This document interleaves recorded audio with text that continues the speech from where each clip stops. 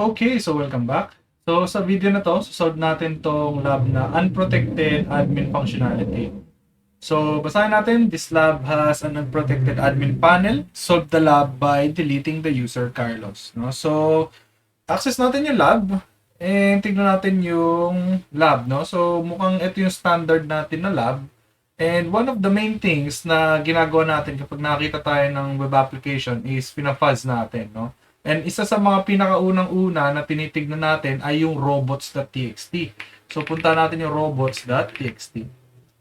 And pag binisit natin yung robots.txt, makikita natin dito, may disallow administrator panel.